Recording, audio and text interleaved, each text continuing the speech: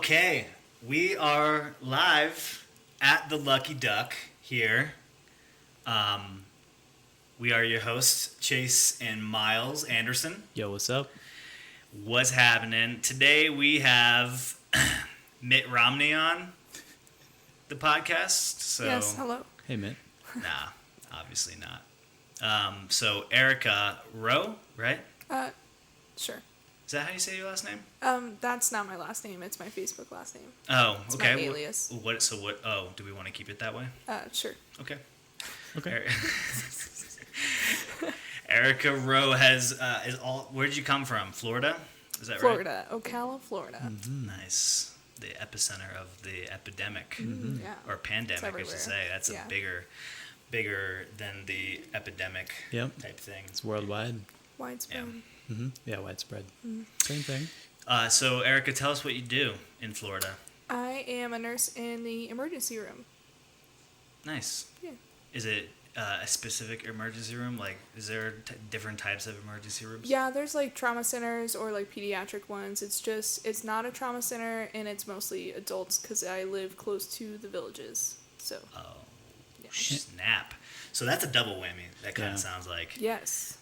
Because old people, COVID-19. Yeah, the we were villages. really concerned at first because we were like, all of these people are gonna be really freaking sick from it. Right. Because they all have so many comorbidities, but it's not been terrible. So And it wasn't terrible to begin with. Has it gotten worse? it has gotten worse. At the beginning, like in March when we did the lockdown and stuff, we weren't even getting our full-time hours. Like people were afraid to go to the hospital.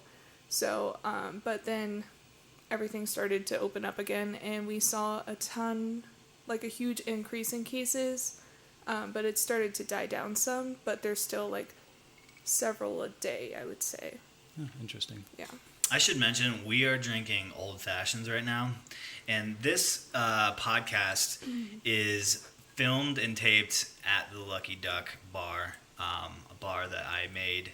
It's in my basement. Kind of has a old tradition back in all the way in college, actually. Yeah. And kind of a gathering spot for all of our friends, and kind of created this cool little friend culture. So we thought we'd start this podcast by inviting some of those old friends and some new friends and telling stories about their lives and what they do. So yeah, welcome for all you listeners out there. So Erica, like Myles was saying, it kind of got a little crazy. Like a lot of people were saying, oh my God, we were on the brink of collapse. There's utter chaos in the hospitals. Can you relate to those kind of statements? Not as dramatically as New York or in the bigger cities like that. I can't even imagine honestly what it was like there. But we, as much as we are busy now, the department is overflowing. They're begging us to work, but we're not nearly seeing the amount of COVIDs, the acuity of COVID patients. So I would say I cannot speak to that at all. Yeah. People throw out this statistic like Miami for a while was we're at 98% capacity in ICU beds. Did you guys get anywhere near that at your ER? Yeah, so we have 2 ICUs. We have one that was a clean ICU, so COVID negative patients, but still ICU acuity. And then one ICU that was for COVID positives. And at one point it was completely full, but our ICU is only, I think, 15 or 16 beds. Mm-hmm. So. Is it a small ICU? I mean, I think compared to other ICUs, probably. Yeah. Yeah. Okay. So tell us about your give us a brief overview of how you became an ER nurse. You mentioned to me before the podcast that you kind of started in this position where you are in January, which is kind of crazy because Yeah. everybody at that point was hoping this wouldn't get worse, and we heard a lot of different conflicting information coming in saying it kind of was going to go away. A lot of people thought maybe it wasn't, and we were all just kind of all very confused. So give us a little bit of background of how you became a nurse. Yeah, so actually when we were in school at FSU, I randomly went to EMT school, which I never planned to do in my life. And then I started working in an ER there, and I haven't stopped. So I worked in the ER for like 6 years before I became a nurse.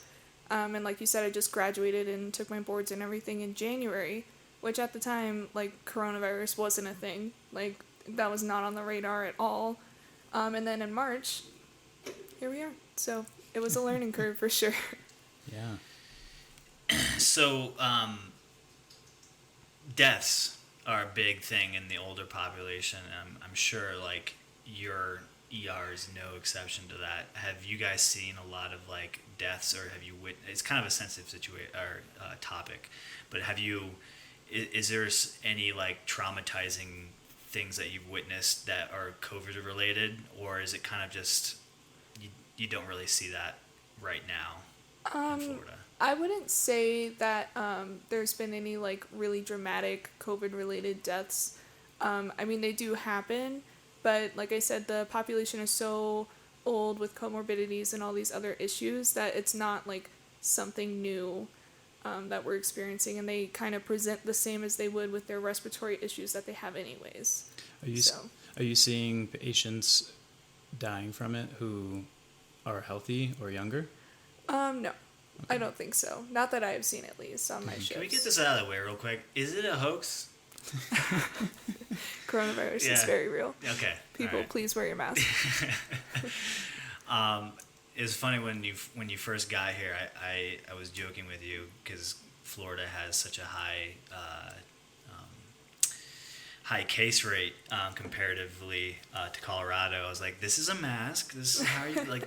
This is what we wear here to make sure it doesn't. Do you see, like, a lot of people wearing masks just in general when you're out in public in Florida or Orlando more specifically? So people wear them in the grocery stores because they have to. But, like, I've noticed being here in Colorado, like, we don't wear our mask from the front door to the table, or, like, if we get up to go to the bathroom, we don't do that. Okay. Like, in my area at least. Also, I noticed today, like, if we go into a gas station for something really quickly, like, people don't wear their masks, which they did here. So yeah. Okay. Yeah. Are the bars open? So they're not supposed to be, I think. I'm not very up to date with it, but they had opened back up and then they closed again. But I still see bars, like, locally advertising and being open all the time. So if they serve food, probably. Is that? Yeah, but there's even, like, speakeasies and stuff that are like, fuck it, come on. Like, interesting. Yeah. Do you think that a lot of the local officials, like mayors, are not really taking it so serious?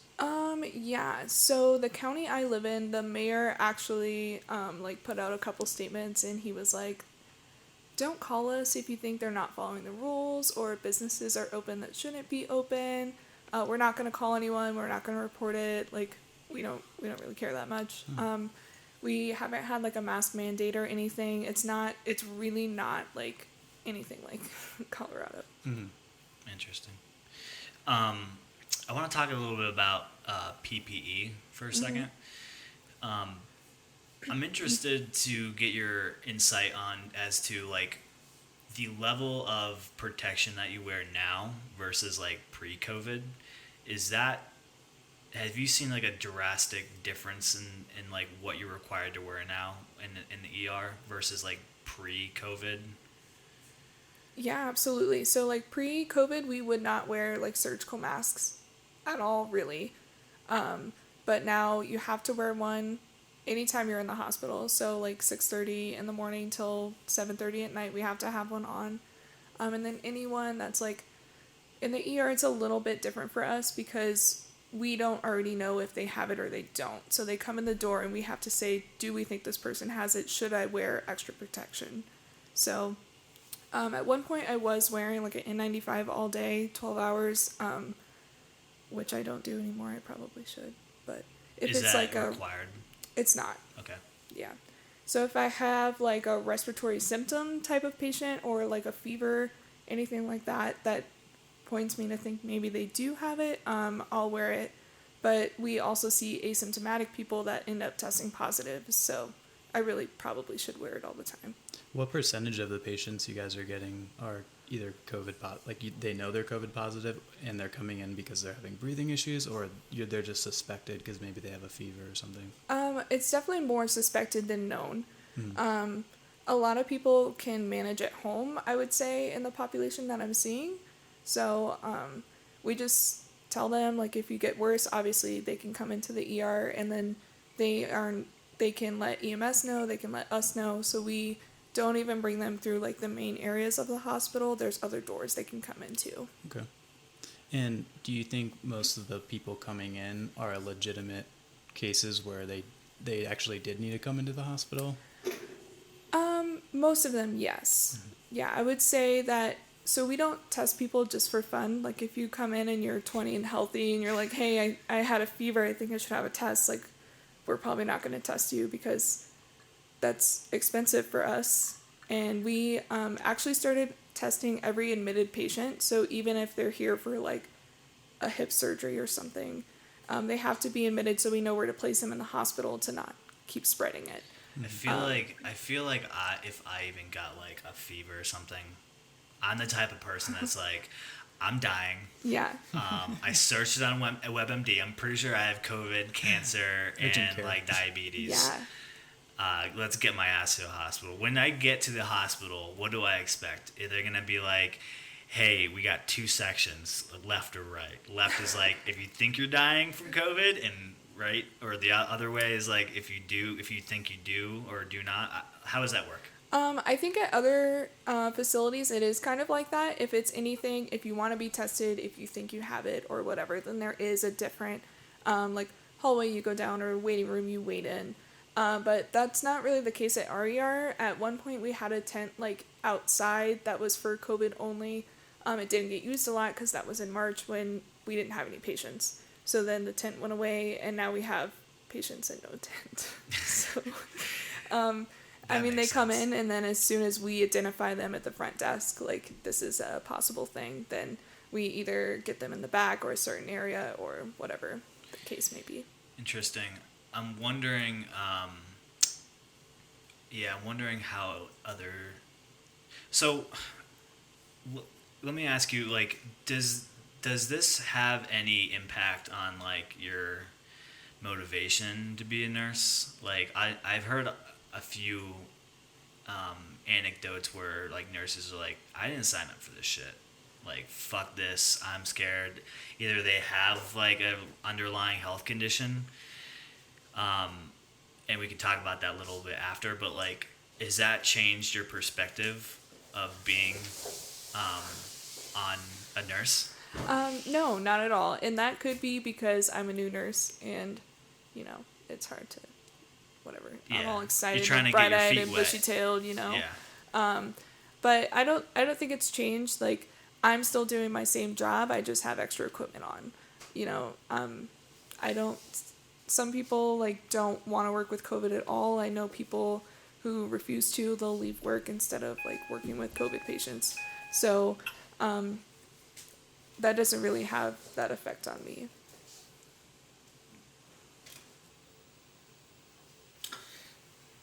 Sorry, I was changing up the video.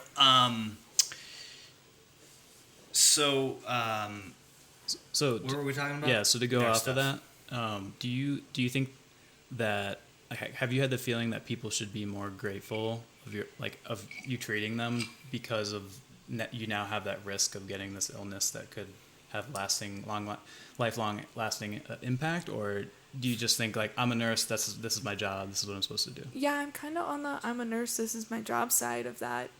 Sometimes you get patients that are super grateful, like they're just angels, and then sometimes you have patients that are the exact opposite.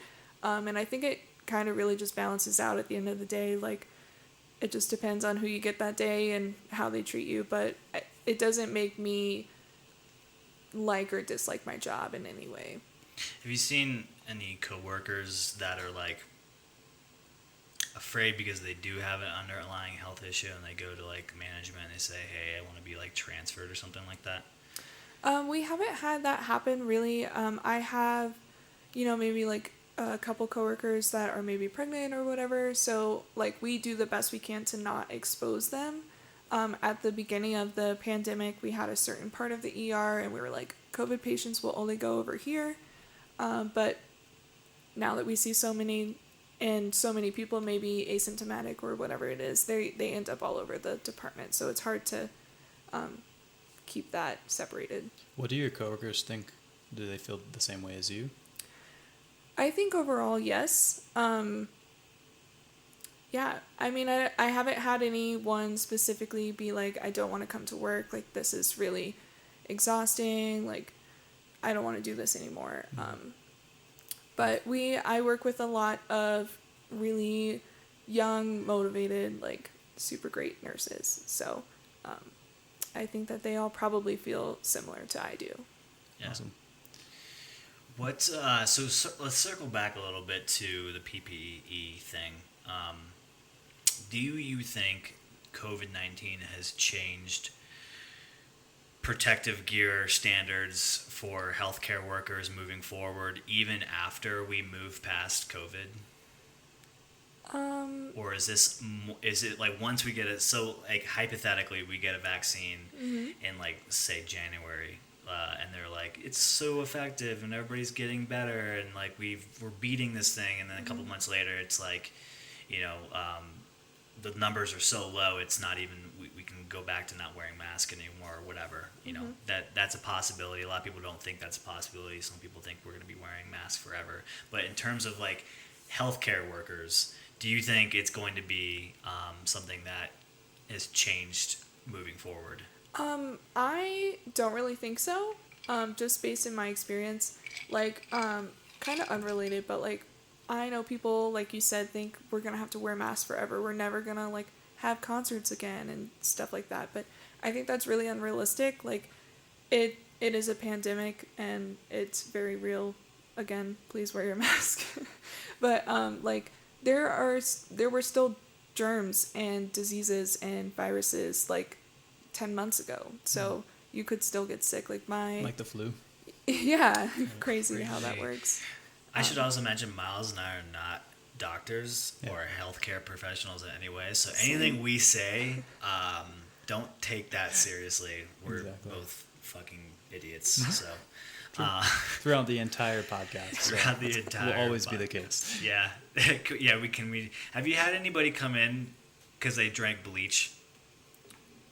No. Okay. No. Or any other cleaner products? Yeah, maybe they did it hit a Lysol? I think that's still a no, thankfully. That's Yeah. good. That's good. And it's probably because we can't get our hands on it. You can't. Oh, I still that's can't true. buy like Clorox wipes. Right. So. What about poisoning from hand sanitizers that have methanol or whatever? No. No? No. No hand sanitizer shots? No. Nobody shotgunning hand sanitizers? Okay. It's probably worth a shot. No, I don't recommend that. No. I heard from the Fauci that it's now known that COVID-19 it's unlikely for you to get it from like surfaces. Like it's much more likely that if you do get it, it's from other people breathing it in the air and you picking that up, breathing that in. I would believe. I gotta wonder like how many Lysol wipes had to die. Yeah. Over the last 6 months. Seriously. So on my plane right here, there were people, what they're like to go Lysol wipes, but they were wiping down like the air vents on the ceiling. I don't really know what that did, but it was happening. So wiping down the windows of the plane. Yeah. What if they just went up and taped like a Lysol wipe over the air vent, so it had to go through, it had to shoot through the sheet. It's like an air freshener. I think the best part is after that they both didn't really wear their masks the most of the flight. So nice. Nobody. No, just those specific people. Oh, okay. Wiping down the air vents. Because the air vents are clean now. Yeah, everything's good. Because it's like, why would you need to do that? It's like they're not breathing. So was this your first time flying since the pandemic? It was, yeah. And what did you think about that? I think it was pretty good. So I flew Southwest, and we are not sponsored by Southwest. I don't think. Not my podcast, but soon it's Delta. So let's not name this is awkward. They are not booking middle row seats. So, But that's weird because Southwest doesn't assign seats, right? well, so they're booking the amount of seats that are aisle and window. Gotcha. And then if you're in a group of 2 or 3, you can sit in the same row together. But other than that, you're gonna be window or aisle, and yeah. So that was the case when you flew.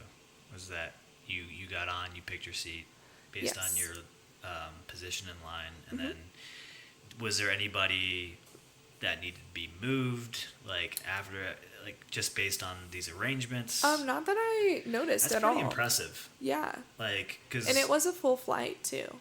I gotta imagine there's always a layer of like uncertainty and anxiety that I get when I fly Southwest, just because I know I don't have a seat. Yeah. So I'm like, okay, well now I have to make sure I get there. Exactly. I get a Yeah. good spot in line. Then I get on the plane. I'm like, okay, and then you get those people that are in the seats already, and they're like, sorry, I'm actually saving these seats for somebody else. Right. I'm like, I don't care. They're in the back of the line. I'm already on the plane. It Yeah. must be hurting their bottom line too, because they sell upgrades so that you can get like closer in That's line, right. right? Yeah. Because normally you have to check in 24 hours before, but even if you check in after that, you can still get into the A group or Oh, whatever it okay, yeah. is if you just pay more. That was my Yeah. first time with Southwest, honestly, and I did not know they did seating that way, Mm-hmm. and it turned out okay, This but time. probably only because it was COVID. So, I don't know if it's Yeah. better. I mean, forgetting COVID for now, would you rather have more space on your sides or like more leg room in front of you? I feel like sides for sure. Those Yeah. seats are really close together. Are they? Like I didn't even really want to be that close to Hunter, you know. Yeah, I wouldn't either. But. Yeah, I got it. I'm just kind of still impressed that all the chaos that happens in like seating on Southwest, that I've kind of experienced, that this is going smoothly. Yeah. But it's kind of a relief now that like specifically like the Southwest, that you don't have to worry about sitting in the middle now. Yeah. Unless you're with somebody, I guess, then you're kind of screwed. It's kind of like Or at least one of you are. when we were in Boston, when shit was going down, everything was closed, but then things started opening back up, and the first thing that opened were patios. And it was like beautiful springtime / starting of summer in Boston, really nice weather. And normally to get an outside seat, it's almost impossible. You have to wait in line, right? So this was like you just made a reservation and you could only sit outside, so you always got a good seat. Yeah. So there's benefits, right? Yeah, I guess. a little bit. So, going back to the ER situation, have you guys seen a dramatic decrease in like other reasons why people are coming in? Like obviously, like traffic is down, like on the road. So like a lot. I'm assuming, just me being a moron, is that you see a lot of injuries from car accidents. People being stupid on the 4th of July, jumping onto tables head first. Have you seen a lot less injuries of that nature or other natures of, such as that because of COVID? At the beginning, yes, absolutely. Like I said, like we would come to work and there would be no patients in the department for like at least an hour, maybe 2. It was like no one was coming in, no matter what. Like these people could actually probably be sick at home, but they did not want to come to the hospital. And the same thing, like you said, like statistically, just because less people are out driving and traveling, then we'll see less of those types of patients in accidents. Yeah. So I would say that definitely happened, but we're pretty much back in full force on that. So But you said that they're asking you to work more hours, so are you seeing more patients than you were before? yes. Also, so our ER, we have a new section, and the new part is 25 beds, and it's all rooms with doors that close. And the old ER was like curtain rooms, so there wasn't a window, a wall, Fancy. a door. So we don't work out of those rooms now, because if for some reason somebody COVID positive got in that area, then who knows who we're exposing from just having a curtain. So we are working out of what we have, the 25 beds, and we're definitely seeing a ton of patients. Yeah. And So- are they mostly COVID related, or is it kind of like the people who were coming before are back now, plus now more COVID patients? Yeah, the people who were coming before. Okay. Yeah. So, I mean, we did see an increase of COVID patients, but it's not like the whole department is COVID. Yeah. So. I heard an ad the other day on Spotify, I think it was, for a flu shot at CVS or Walgreens or whatever it was, and I thought it was kind of funny because I was like, you don't need flu shots anymore. Have you guys seen or heard of anybody coming back who was originally admitted and had COVID, and then was, I guess, sent home at some point, and is now coming back again, COVID positive? Yeah, I mean, I don't know all the details, obviously, but, like, I do have patients who were like, oh, I was positive, like, 4 weeks ago. Like, what do you mean I'm positive today? So I don't know if that's a test thing, if the virus is lasting. You know, the people are like, I've been asymptomatic, I don't have any symptoms, I don't feel bad, and then they test positive. So then in that case, if they're admitted, it kind of sucks because they're going to a COVID unit. So if it was for some reason a false positive or something like that, which we have no way to know, then they're kind of like in a pickle, in my opinion. But Are those patients, do you think those patients are getting exposed to COVID? Well, no. So all the rooms are private. Okay. So they're in their own room. It's not like they're sharing like the area with other people. It's just a separate unit and with certain nurses. So.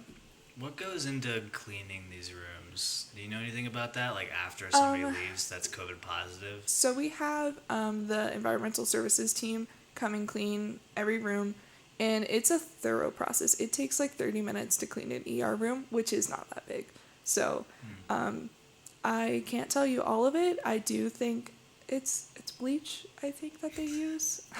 Lysol. That's where all the Lysol wipes That's are. where all the Lysol. Oh, man. We're actually like rationing those in the hospital too. So. Are you afraid of getting like chemical poisoning or cancer or something from breathing in all of these? Yeah, does it smell like a little strong now that they do it so, or is that once it dries, it doesn't smell that bad, and then we put like the sheets and stuff on, so it's not that bad. Yeah, true.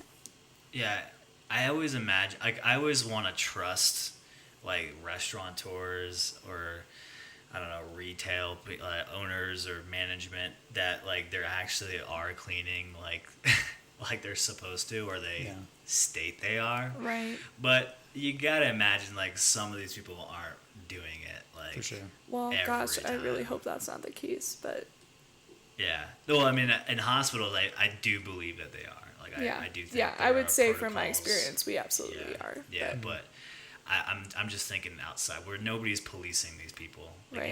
You open back up your bar or your restaurant, and it's like on the honor system at that point. Of course. Which it's fine because I feel like especially now that we know that it's not easily transmissible via surfaces. I think I think maybe even the guidelines might be changed moving forward. I haven't seen anything or heard anything about that, but I'd imagine that that's going to change the way we interact with things. Less Lysol wipes and such. Yeah. Do you? So this is kind of like unrelated, but still in the healthcare sphere of things. I read something about a really high demand in the coming decade for nurses, and the influx of nurses it's not going to meet that demand. I don't know if you know anything about that, and a lot of people want to use technology like robots or something of the sorts to kind of bridge the gap between the demand that we're going to see for nurses. Because being a nurse is kind of like a selfless profession, right? You're like taking care of people. And a lot of people like almost like in the same vein of things like teachers, like they don't want to do that because it's hard work. You maybe don't feel like you get paid enough, and you're like literally taking care of people for a living. Do you see that as a possibility? Meaning, do you see like robots or technology coming into the workplace and doing some of the things, some of the medial tasks or some of the tedious tasks that you may do? I would say yes and no. I think there are positive ways we could use technology. Like COVID, we started using a lot of like telehealth things, and I think that's really great for a lot of people. But I don't personally think that like artificial intelligence could really do that, or robots, just because, even like taking vital signs on someone seems like such a simple thing. Like we use a machine to do it anyways, but this is like the nursing school in me, but like you have to like see the patient. Like the numbers could look fine and they look awful, like something is wrong. So that's something that like a robot or someone would not know. So I don't know. I don't really think that's a thing. So maybe slowly, Yeah. certain things, Yeah. like the telehealth stuff. Yeah. I don't know. I feel like in some places, maybe it was the lack of beds that was preventing, or I guess causing the lockdowns. Like that's what my opinion was. It was like we don't have enough beds to put sick people in. So let's lock Flatten the the shit curve, right? down, and maybe it'll kind of plateau and go down, and then we'll have more beds and we can unlock things. Right. I just got to think, like, how do we effectively scale the healthcare system to deal with a pandemic that's like even worse than this? Because this, in comparison, I mean, we all thought this was going to be a lot worse than it actually kind of was, in my opinion. I think in the future, if there is another pandemic that's twice or 3 times or even 10 times more deadly, how are we going to be able to scale the healthcare providing to be able to take care of the amount of people that get sick? And I think maybe technology could be that. I mean, we're not going to make more nurses overnight. Right. It's a very like niche. It's a very nuanced profession that you have to be trained to do. You have years of training. I don't. Can you speak to that a little bit? Like how much training goes into becoming a nurse? So a lot. I actually got my degree. I got a BSN in 18 months. So that's pretty short for a bachelor's degree, but it was accelerated. So I took like 5 to 6 classes every 12 weeks. So, but regular nursing school, I think is like 1.5 to 2 years for an associate's. Yeah. So it's a lot of time and effort, and it's hard. But also at the same time, there were nurses during the beginning of the pandemic that were out of jobs because they worked in offices or different areas that are absolutely qualified to work in a hospital setting. So, I mean, at some point that might be an option to help staff and keep those communities that are being hit hard. I guess then it becomes a space thing. It's like, where are you putting the patients, and how are you treating them with the equipment that you don't have, or whatever. Yeah. So. Yeah, I heard of like hotels like opening up their rooms. I think that's a really good solution. Yeah. I mean, it's not like we have unlimited hotels either, and I'm sure we do need to keep some hotels open, for essential purposes. But it seemed like that was a really good solution. Yeah, that's a pretty good idea. I don't know that I heard of that one, but... You're talking about for patients? Yeah. Because I know in Boston, I don't think they did it for patients. You might have been able to, but I know they actually closed all of the hotels, Airbnbs, things like that. You couldn't rent anything. Right, yeah. They did that in Florida too. Oh, did for they? a little Okay. bit. Yeah. So that was, I think, number one, to stop people from traveling, but number two, it was so that there would be rooms, and not expensive rooms, for healthcare workers who were coming to help Right. in the pandemic. Yeah. Do you see, like when patients are coming in, are they always wearing a mask? Not always, no. Patients have to wear a mask at all times. If they're in their room, then they don't. But if they're in any common area, they have to wear a mask. we do provide masks to all patients because, so even EMS has a bunch of masks that were made. I think they were actually donated from like the jail or something. They made a bunch of handmade masks, the inmates. So EMS has them and every patient gets a mask. And then we have them as well to provide to like people coming in through triage. But people obviously don't like wearing masks, especially in Florida. So it's definitely a challenge. It's an uphill battle. Yeah. Why do you think that is? Why do you think Florida people, I love how we're generalizing hardcore right now. Because I know plenty of people from Florida that wear masks. Yeah, good people, yourself. whatever. But I do know a few people that were very against wearing a mask for whatever reason. Yeah, I can't come up with a good reason, so I have no idea. Your guess is as good as mine on that one. I knew a person that was like, I'm not wearing a mask. Fuck this shit. And then got COVID-19 and then was like, I'm wearing a mask. I'm going to wear the mask. Yep. And a lot of people were thinking like, oh, once I already get it, like, do I have to wear a mask? Because, like, I'm not going to get it again. But then there was like, oh, we could get it again. Or maybe it's like a different, like, strain of the mutation of the disease. And it's like if, like, one person doesn't wear a mask, it's not helpful. Like, everyone has to wear a mask, right? Right.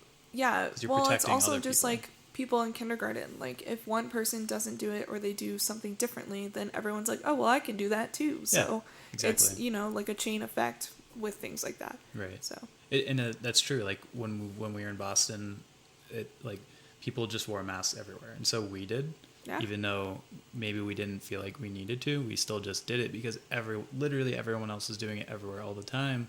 Then when we came here, we were like, oh, okay, we can like walk on the street by ourselves without a mask on. Yeah. Makes sense. So we should do that. And then I think in Florida, it's probably like people. I wonder if it was because it wasn't bad there, right? And people were like, this isn't a real thing. What, Florida? Yeah, at first. Yeah, at first it was. And so people were like, it's not like maybe it is a hoax, maybe it's just overblown. I don't know any sick people, and so no one's like ever really just wore a mask, and it never really became a big thing until they mandated some stuff, I guess. Yeah, and it's still not like followed at all. So I heard in Disney Springs, which is like the shopping like retail thing in Orlando. I think what was it used to called? Downtown Disney. Downtown Disney. Yeah. I heard when they opened that back up, like, I guess they opened it up. First off, have you been to Disney since this thing? No, so I had actually bought a Disney pass literally in February. Oh, shit. And then COVID happened. Did you get a so refund? I did. Hell yeah, I did. Nice. No way. Wouldn't that be shitty if Disney's like, nah. Yeah. Nope. I thought that was going to happen. I was so concerned. But yeah, they let me cancel my pass. So crisis averted. That's good. Those things are expensive. Yeah. But I do know that people are going. People are just like, it is what it is. Are they doing it? I mean, I assume they're doing a capacity thing, like 50%. Yeah, and you have to like reserve the day you're going to go or whatever. You have to wear your mask. I think they're doing temperature checks, but like, yeah. That's how I heard ski resorts are going to do it. Like, if you want, like, they're going to have a set number of reservations for the day. If you're a pass holder, you get first access to a reservation. Right. And then once those are all through, then they open up the rest of the reservations to the general public. Yeah. I just saw an article the other day saying how they were like, let's see if Vail makes it. That was the headline? Yeah. Let's just see if they pull this shit off. Should be kind of interesting. Hopefully, hopefully it works out. And I think they have an incredible amount of debt because they're always having to invest in the mountain. Like they have these $1 million systems that make and blow snow onto the mountain. Because like global warming and That's not we may have years where we don't get a lot of snow, right. And they still got to pay their debt down. And pass holder revenue isn't enough to cover all that. Yeah. So you got to imagine, like, is something like a 70% or like a 50% capacity going to break them even? Yeah. I mean, the government's got to help them out, right? incredibly large tourist attraction. Yeah. People come from the entire U.S. and some people outside of the U.S. just to come and ski, snowboard, do winter sports. Colorado's not going to let that fall apart. Yeah, I don't know. That's a good question. Is the government gonna just fork over money? Just like I feel like it's like some of the cities that they reside in, it's like Aspen and Vail, Right. are very like rich, Right. bougie towns, and it doesn't look good when Uncle Sam is forking up billions of dollars to save Aspen from going under. Sure, Like, yeah. But if all that tourism is bringing in a bunch of tax money, then That's true. probably it would be like tax credits and stuff like that. Yeah, some sneaky way of getting funding out. Yeah, and they won't tell anyone. No. We'll just stop seeing articles. Will Vail make it?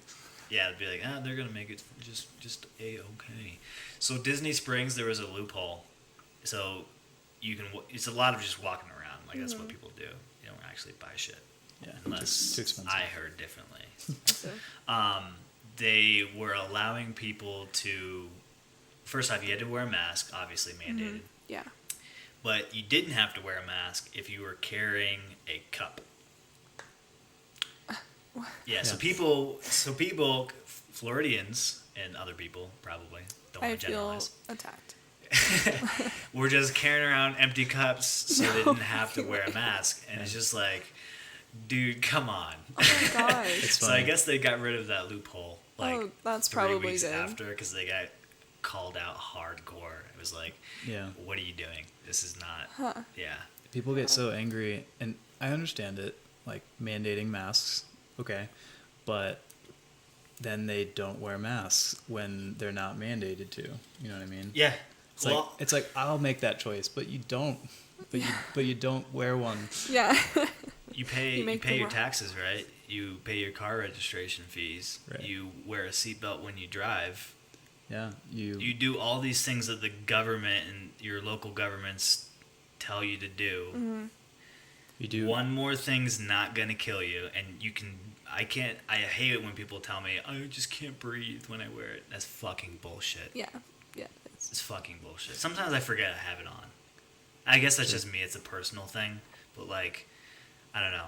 And you may feel differently. yeah, I don't know. At first, it sucked a lot because I was wearing it for like 12 hours straight. And I swear to God, I would take that thing off after like at 7 p.m. And like the cold air on my face, it's better than like taking your bra off after a long Yeah. day. Like it was the best thing So it I've was a ever benefit. experienced. It was it was good, Yeah, right? yeah. Well, yeah, in a roundabout kind of way, I guess. At some point, did you like forget you had it? I mean, yeah. yeah. Did you forget you were wearing it? I mean, yeah, Yeah. for sure. I But- feel like that's. Do you ever walk out the door to go to work and you're like, shit, I forgot my mask No, because I have 17,000 masks in my car. in your car? Yeah. Yeah. That's a lot of masks. Yeah. How yeah. did you get to that number? I had to get a bigger car. Oh shit! That's, Wow. it's not Big yeah, financial your little, impact. Your little Hyundai Civic's not cutting it. Yeah. It's not COVID nurse Nice. ready. So I have a real question. I mean, they're all real questions. Serious question. Are you afraid, Of? like, COVID? of COVID? Yeah. No. I would say not really. So, I know that otherwise healthy people can get sick and very sick from it. But I guess I don't know. I don't really, I've been doing this for like 6 months now. We're wearing the PPE we need to be wearing. And I'm not really overtly concerned about Were it. you afraid at first? Because I remember. Well, that's kind of a hard question too, because at first we didn't have any COVID positive patients. Right, yeah. But I think when it picked up, I wouldn't say I was afraid of getting the virus, but I was definitely way more cautious. So that's the point in time when I was wearing an N95 12 days or 12 hours a day. Yeah. So like my face was literally like rubbing raw on my nose, but I was like, I am wearing this thing because everyone has COVID right now. Yeah. So I remember I took some videos back in March, I think February, March, April, and like rewatching them now, was kind of a totally different mindset for me. I mean, I was never really, really afraid for my life or anything. Right. I was actually pretty nervous because there was a lot of things talking about like what it can do to your lungs even when you're young. I think there's still some stuff about that. So it's still scary for sure, but yeah, I mean, to me, it was like incredibly scary at first. I was worried about our parents. Yeah, and that was the biggest thing. The hardest part is like whoever you see outside of work, like then that's like kind of concerning, you know? Like if I need to go pick up something from my mom's house, like or whatever it may be. So it was mostly concerning for exposing other people because I was a high risk person, right? So for a long time at the beginning, we didn't do anything. We went to work and we sat at home, and I didn't see my family. There was just no in between. Yeah. Do you live close to your family? I live like 25 minutes away from them. Yeah. Pretty close. Yeah. So yeah, you took a break from interaction with them. Yeah, for sure. Are they high risk? Yeah. Older.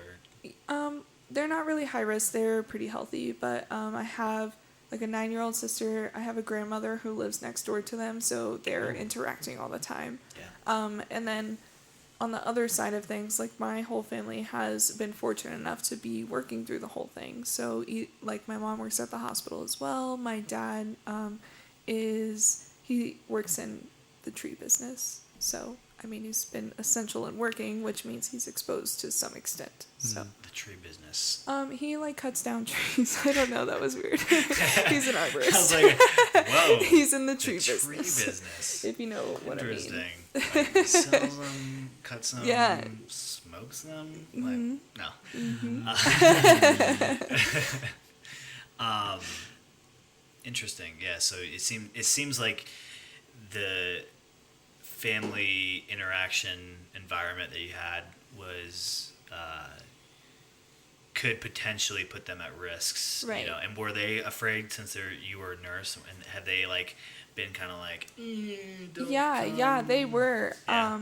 But also my mom is like a giant softie, so she was like, I miss you, like please come over and see us. It's totally fine. At one point were they like, we'll just talk through the door. Yeah. Like, just like Morse code on the window. Like, yeah. Hold up signs. Yeah. Call each other. Hey, ma'am. I could do that from 25 minutes away in the comfort of my home, though. So. Yeah. I mean, we have FaceTime and stuff now. Phones, texting. Everyone has a phone, and so if this was 50 years ago, this would really suck. Not seeing your family it for would so be long. really bad. Yeah. But honestly, the pandemic kind of made, like, I talked to probably you guys more when the pandemic started, because we were like, yes, we'll FaceTime all the time. Like, we're all lonely, so. Yeah, we're all. Yeah, like, friends that I didn't talk to as much, but there was a pandemic happening, so we would just FaceTime for fun, so. I can't imagine how lonely it would be being COVID positive in a hospital without your phone, or like without FaceTime, video chat, text messages. Like a couple of decades ago, none of that was possible. Mm-hmm. Right. If they had that, like, you would be like, I can't imagine being so lonely in the hospital bed, thinking you're like hours from dying. Yeah. Without anybody allowed to see you except the nurse and the doctor. Yeah. And that It makes is a lot really more pressure sad. on you, honestly. Even if you have a phone, I guess like FaceTime is a thing and whatever, but it's not the same. Yeah. And like the social isolation of it is very taxing on people, I think. Even if you're healthy and you go home, if you have to sit in a room by yourself for 14 days, like even scrolling on Facebook or TikTok or like whatever, you're not talking to people, you're not with people, and it's really not great. Yeah, even for people who don't have COVID, like our brother, his girlfriend had to go to the hospital. She was having some medical issues, and he couldn't go with her, and so it was just like, I'll hear from you when I do. Yeah. And then she went and she had some surgery and stuff, and like he hasn't been able to be with her because it's just not safe. Yeah, that's crazy. Is that recent? Yeah. Mm-hmm. Oh, we started having visitors again. It's been a while now, and even when our numbers started increasing like crazy, they kept visitors because it was just patient satisfaction. Right, so that is really important for us, right? Thing. That's how we make money. So we have visitors. Are you saying that money talks louder than Absolutely public not. I'm health saying that. concerns? What? That's crazy. No hospital Next would question, ever do that. go. No. Profits over health? Come on. Get over yourself. Did you have to? So there was a point when there was no visitors. Correct. Were you have? Did you have any like very disgruntled Yes. family members that you were like, Yes. ma'am, this is just my fucking job. Like I'm not here to like Yeah. disappoint you. I'm here to protect you. Yeah, so it still happens. So we can have one visitor, right? And the one visitor can come for the duration of the hospital stay. If you're in the hospital for 7 days, that one person can come anytime they want to. Well, not anytime, but whatever. Visitor Close hours. enough. Right. And so I had a patient the other day who was in a car accident, and she was pretty okay. She made it. She was not, she was just there for like scans and diagnostics and whatever and make sure that you're okay. And she ended up going home that day, type of deal. And the daughter came and she was the visitor. And the daughter was like, okay, I'm going to go get so-and-so. And I was like, oh, like we actually can't do that. We have a one visitor rule. Like you'll have to be the only person that comes. And she was like arguing with me and she was like, even though she's a first responder. And I was like, yes. Like, that's just the rule. That's Wait, just you what don't it get is. any special Yeah, treatment when no. you're Like first- even we first have responder? had like, like hospital employees, families or whatever. Like you still have to follow the rules just because you work here.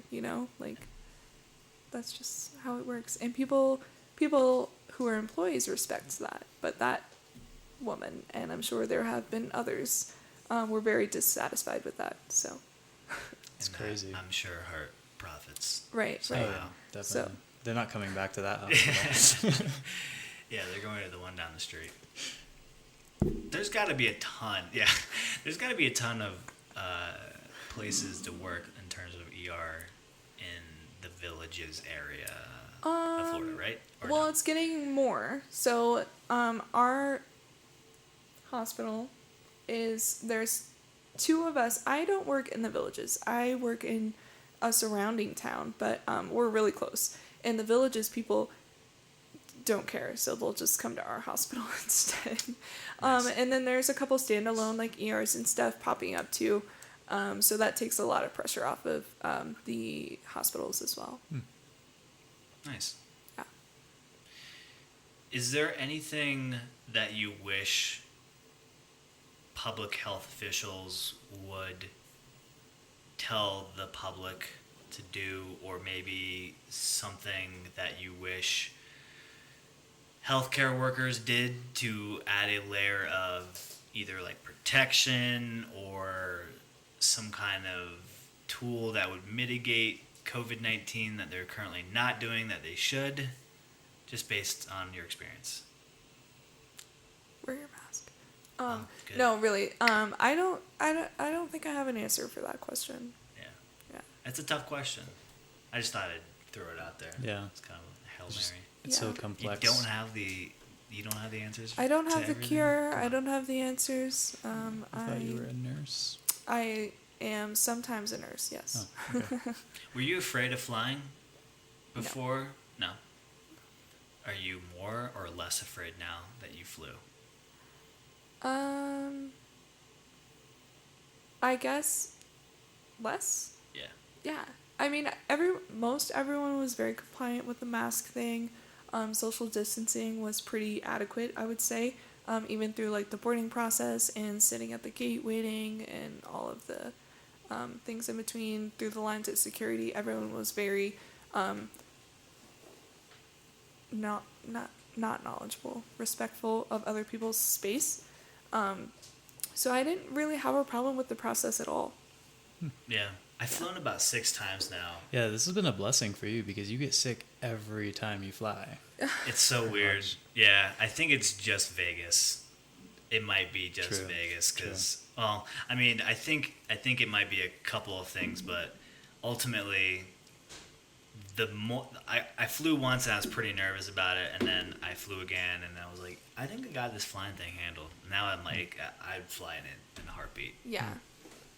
I still haven't flown since then, which I normally fly a lot for my job. Mm-hmm. but Do you it's think all. that's gonna? all Do you that's- think your job's gonna have work trips in 2021? They have some planned. Like, what's the soonest one they have March. planned? March. Yeah. So they canceled everything this year, because I would have. So what is it now? About September. Mm-hmm. So I would have had one this month, and then in December, and both of those were canceled. And then most of the ones that were planned this year, they were moved to next year, because the hotels, a lot of times it wasn't like, yeah, you could just cancel your big ass reservation. Right, You can move yeah. it to next year. Yeah, so we'll see. It might be another thing where they're like, please, can we move it again later in the year? And, Yeah. and they let them. Otherwise, I don't know. I mean, we may not even be able to get into the EU. Yeah, it's so weird. I feel like even when you're allowed to travel again internationally, it's like Americans are gonna have such a bad rep. Like, you're gonna be like, you're gonna like, oh, you're American? Oh shit. Get away Yeah. from 'em. Yeah. Yeah. Like, America had, I think I saw a stat. It was like America shares 4% of the world's population and 20% of the world's COVID deaths. Yep. And the other countries, Brazil and India. Yeah, it's like I thought we were better than this shit. I'm not saying like I'm a nationalist or like I think we're better than everybody else, but We should have very good like hygiene, healthcare, and Right. like We have the tools intelligence. available to, yeah.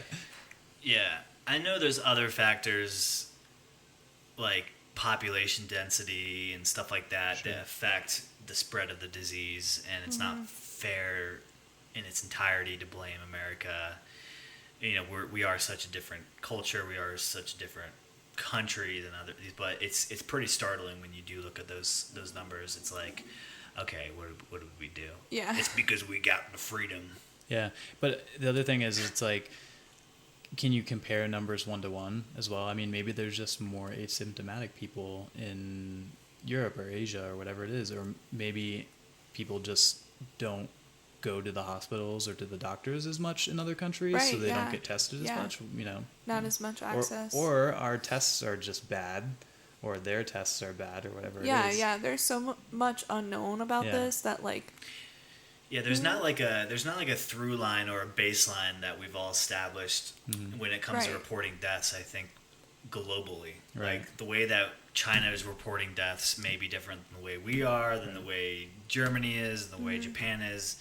Well, that was like in Russia, I think they said it was like they only counted it if like the person got sick and died because they got COVID. But then like in the US, I think it's like if you died and they thought you had COVID or they tested you and you had COVID, then it's like a COVID death. Yeah, It's counted as. interesting. Yeah. Erica, is there anything else that you want to say or you think we haven't talked about thus far? No, Have you enjoyed your time in Colorado so far? I have. It's been great. Yeah. Yeah, the weather is incredible. I would recommend it for sure. Yeah. Yeah. It did get a little rainy today, but I think we need it because all these wildfires. they're Yeah. kinda Yeah. running a I'll little rampant. allow it. It's still still less humid than a normal day in Florida. Oh my right? gosh, yeah. And so much cooler. Like I have no complaints. It's going to be weird getting off the plane in Florida. Yeah, we've already talked about how much we're dreading it. Yeah, Did you it's bring gonna an be extra like outfit for the airport? So like when you walk out and you get in your car, Uber, or whatever, you like change while you're in there from getting drenched Yeah. from the humidity. it's a thing. It is. I walk off the plane. I'm like, you can feel the dense air. It's incredible. When you take out the trash. I used to sweat like taking out the trash. It's so weird. I still do. This is annoying. I'm just a sweaty guy. It's gross. And Your trash is in your garage. Summer. What do you It's a 5-foot walk. I don't know, man. Sweaty guy. Like a faucet. Anyway. Yeah. Awesome. Well, I think we'll wrap this up if you guys are good with that. Yeah, sounds good. Thanks for your time. Thanks for having me. Yeah. It was a good time. Super great. Thanks for listening, friends. Catch us next time when we have our next guest on, whenever that is. Adios.